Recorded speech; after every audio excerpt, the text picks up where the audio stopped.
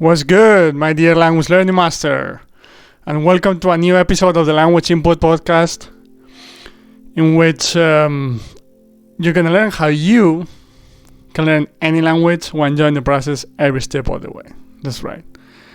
And again, I'm going to repeat this in every single episode because I'm totally convinced that actually I believe that's the only way to learn a language or anything in life, like to have fun and enjoy the process. Okay, and like I said, I won't get tired of it. I'll keep repeating it every single episode until you know. Of course, I'm gonna explain why. It's not just motivational stuff. Like I'm gonna explain why I think in every episode why I think that that's the case. And the traditional grammar approach that unfortunately we've all grown accustomed to using when it comes to learning a new language is just flat out horrible. And that there's a different way to learn languages, and that different way is nothing that I've made up or just some crazy stuff. It's based on the same principles by which we all acquire our native languages as kids. Okay? And with that being said, let's get into today's episode, which is an interesting one. Let's go.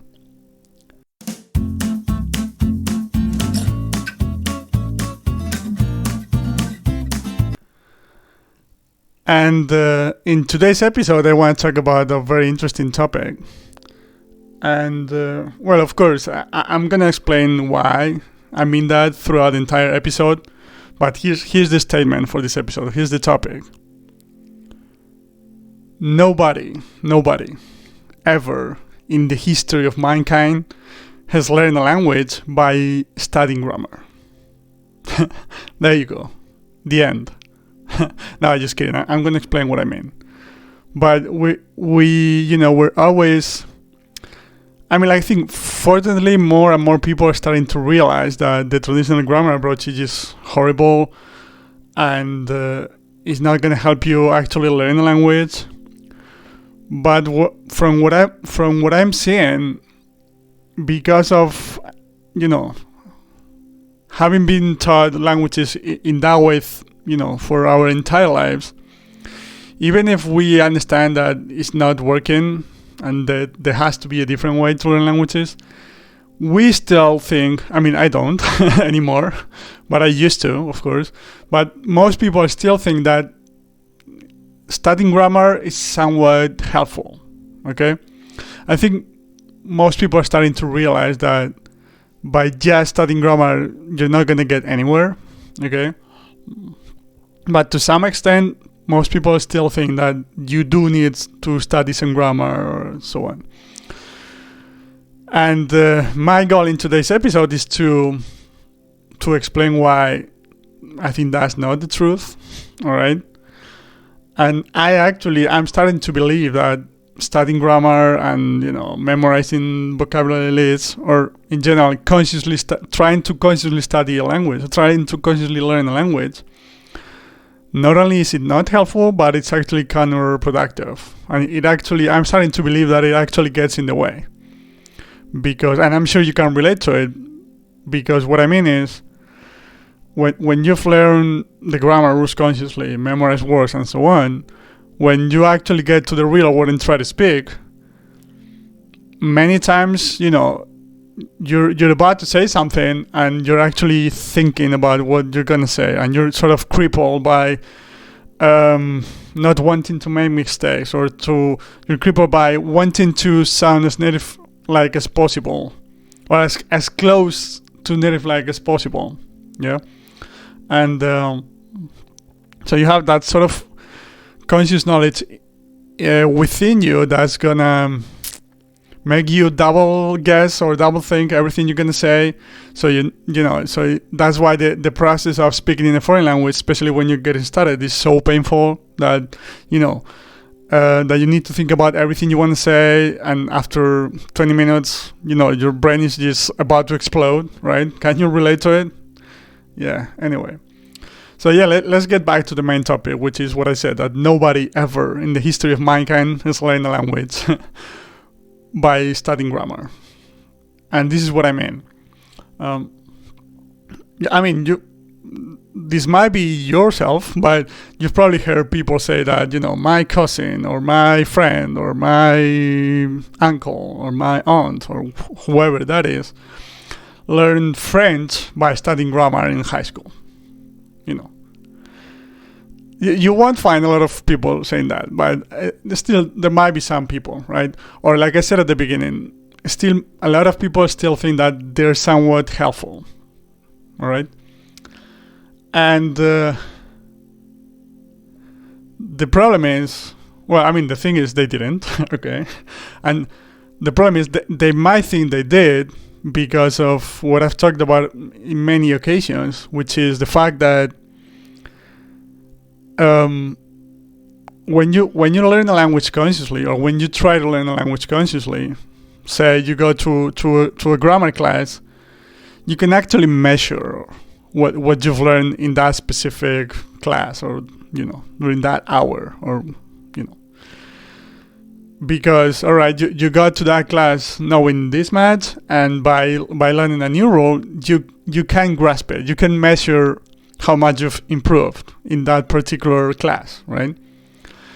Obviously, we all know what happens afterwards, right? We all know what happens when you actually get to the real world and try to speak. But it's kind of measurable. And on the other hand, the real language acquisition process is subconscious, like I'm saying all the time. So you can't really measure how much you've improved on a given day, or on a given class, or with a given activity, right? Does it make sense? All right. So because it's hard to measure, hard to grasp, we usually give the credit to those grammar classes, word memorization, whatever you want to call it, because they're conscious and you can measure them. Obviously, again, we know that has nothing to do with the actual language acquisition process, and consciously knowing the rules or memorizing words doesn't mean that you're going to be able to actually produce them when communicating in real life, right? It's quite the opposite, actually. But because of that, people still think that it's that part that helped them learn the language, when it's not. And they overlook, and they actually don't pay attention to, I don't know, how much time they spend listening to music in that language without even realizing that they were learning, because they were actually enjoying music, right? Or, I don't know, the videos they were watching on YouTube because they were interested in the topic itself, and not on learning the language, right? And just if you analyze every single case individually, like every single person that tells you that they, or a friend or relative, that they learn the language by studying grammar and so on. If you analyze that case, like individually and in depth, you'll see that that wasn't the case at all. That, like I said, they listened to music, they watched YouTube videos, they read stuff. There's so many things they did, but they didn't realize that was the actual thing that was helping them learn the language. And again, because it's a subconscious process, they can actually measure it, right? Hope it makes sense. Yeah. And the reason I'm saying like nobody ever learned the language that way is because that to me, that's just, the traditional grammar approach, that's just a desperate attempt from us adults to consciously control the process, to consciously control the language learning process. Because that, that's, I don't even know when that started, but it's just horrible. It has nothing to do with the actual process. It has nothing to do with the way the language mechanism works in our brains. Like I said, it's just a desperate attempt to consciously control the process and to find shortcuts, or I don't know what it is, But it's just not the way that a language is learned. And like I said before, I'm starting to believe, and this is just, this part is just my feeling, okay? But I'm starting to believe that it's actually counterproductive. And I'm sure you can relate to thousands and thousands of situations in which you were trying to communicate in a foreign language, and even though you were perfectly aware of the specific rule because of your grammar classes, you couldn't actually use it when communicating, right? Or you made a mistake, a grammar mistake, and right away you realized that you actually made a mistake. So consciously knowing the rule didn't prevent you from making that mistake, if that makes sense, all right? My point is, consciously knowing the rules or memorizing words, etc., is not going to help you actually communicate in the language. They're two completely different processes, all right? And this can probably relate to, you can actually connect this idea with the way the whole education system works, based on memorizing things and just sort of spit them out or spitting them out in an exam and just forgetting all about them, right? We've all been there, right? Like we've had to memorize whatever it is, a specific subject, in order to pass an exam. And I was going to say a week later, but it might be just 2 days later. Anyway, like really quickly, you don't even remember what that was all about. You don't even remember the topic. You don't even remember, it's just horrible. But anyway, my point is they're two completely different processes, okay? And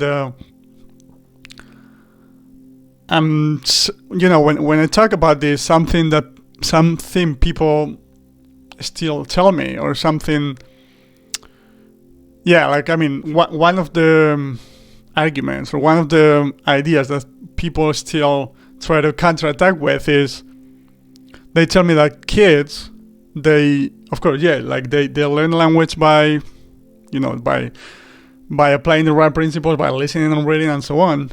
But later on, when they get to school, they do learn grammar, right?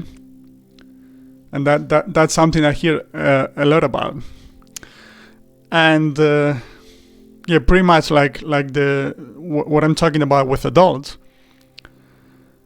First of all, when kids start learning grammar in school, when they're, I don't even remember, but when they're, 5, 6, 7, no idea. But anyway, whatever the age. When they start learning grammar, first of all, they can perfectly communicate in the language already, all right? And again, they don't speak like Shakespeare yet, but they can perfectly communicate in the language, all right? They can, they understand everything, they can perfectly communicate, So that's an important point to make, first of all. And then, and this is the part in which I relate to adults, we adults give conscious grammar instruction the credit, and we overlook all those evenings listening to stories from their grandparents, all those books their parents read to them, and so all the cartoons they watch out of pure pleasure, all the comic books they read, the music they started to listen to. There's so many examples, right? But the main point is we overlook that because, once again, we can't actually measure that. We can't measure how much a kid has improved when it comes to speaking the native language after a specific story, their grandparents told them, or a specific activity. While, again, if they study grammar consciously in classes, you can actually measure how much then they, quote unquote, improved on a specific day, on a specific class, right? But again, I'm telling you, let me tell you what really helped them improve their ability to communicate in the language. What I just talked about. Storytelling by their grandparents, book reading by the parents, watching cartoons, reading comic books, and so on and so on and so on. And again, even even when it comes to the ability to, to the kid in this case, or an adult, even when it comes to the ability for a person to actually write in that language, which is about the only situation in which consciously studying things would make a little bit of sense, because when you're writing, you actually have the time to think about what you want to say, right? So you may think that conscious knowledge might help you out because you do have the time to think about it consciously, as opposed to communicating in real life with, in which you just don't have the time. You have to rely on your natural ability to communicate in real time through the correct acquisition of the language, if that makes sense, okay? So again, even if in that situation in which I could understand, I still don't agree with it, but even in that situation in which I could understand the relationship between conscious study or conscious grammar study and the ability to communicate in a better way when writing an essay or a book or whatever it is, because you do have the time to think about things consciously.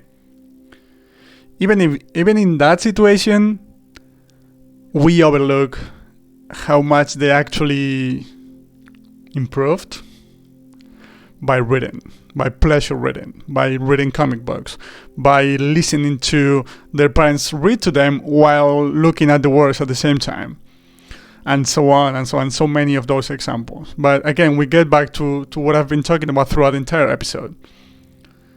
You just can't measure it, specifically. Like, okay, or his or her grandma read them a story about, just a story, like a half an hour long story.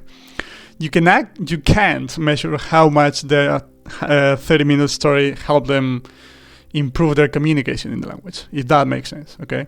You can't. But, trust me, that's actually what helped them improve when it comes to communicating in their language. And that's what actually helped us, adults, improve when it comes to communicating in a foreign language or in a second or third language, all right? And the reason I'm making this episode is, well, first of all, to help you understand that nobody ever has learned a language by studying grammar. But most importantly, to help you understand, or to put everything in context when it comes to me telling you that you can learn any language while enjoying the process, all right? Because again, I've been on both sides of the equation. I've tried to learn languages through the traditional grammar approach and failed, obviously. And not because it was me, but because that's just not the way the language mechanism works in our brains. It's not. It's just a crazy attempt from us adults, like I said. So the main reason is to help you understand that you don't need to study grammar in order to learn the language. You don't need to memorize things in order to learn the language, which is great news. I just love that. Like I said, the moment I realized that I didn't need to study grammar in order to learn a foreign language, my life changed. And actually, I started realizing that languages are actually my passion. That passion was just actually sort of dormant, or, because of the traditional grammar approach that made me hate the process. when it's actually I'd say my number one passion in life, languages, is how much of a difference that can make. And that's why I'm making this episode and the entire podcast and my project as a whole, right? To help you make that transition that I made, because I'm telling you, like it's just like day and night, believe me.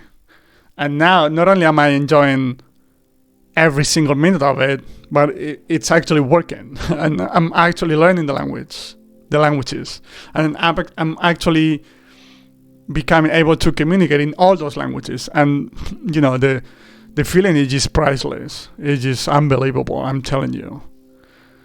So the next time the next time someone tells you that they learn a language by studying grammar, ask them a little bit about what they actually did besides that, because that's where they got their improvement from.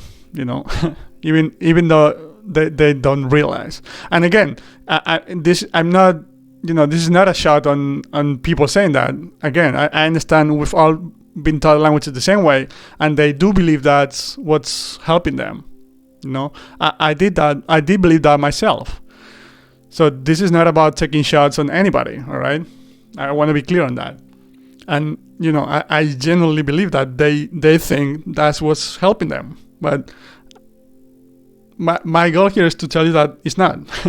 All right, which is excellent news, like I said before. Because you're going to be able to learn your favorite language while enjoying the process every step of the way. All right? Because we all have that ability in our brain. Okay? If you've learned your native language, you can learn others by following the same principles. All right? Okay. So yeah. As usual, I thank you so much for coming this far in this episode, and I really hope that it helped you realize what I said, that the traditional grammar approach, it just doesn't work, and it's just horrible, it's boring, it's inefficient, and yeah, to wrap things up here, this is not about one specific method of learning the language being more efficient than other. No. This is not about, okay, I understand what you're saying, and probably the natural approach is more efficient than the traditional grammar approach, but blah, blah, blah. No. This is about the traditional grammar approach being a nonsense, okay? Like being something completely different from the way the language mechanism actually works in our brain. So it's not about the grammar approach being less efficient. It's about the grammar approach being completely non-efficient or nonsense or something that actually gets in the way, like I said before. But yeah, so that's the last thing I wanted to talk about. Okay. And so like I said, thank you so much, and I hope you loved this episode, because believe me, this is a really important one, and I want to help you fully understand what I'm talking about in this one, because like I said, I've been on both sides, believe me, and the difference is unbelievable. Anyway, so I wish you a good day, my dear language learning master, wherever you might be. And let me wrap this up by saying it again. Nobody ever in the history of mankind has learned a language by studying grammar. Nobody. Okay? All right. And as usual, any comment, question, idea, suggestion you may have, feel free to leave it in the comment section down below if you're listening to this on YouTube or any other platform where you can leave your messages. And I'll see you in the next one. Thank you. Bye-bye.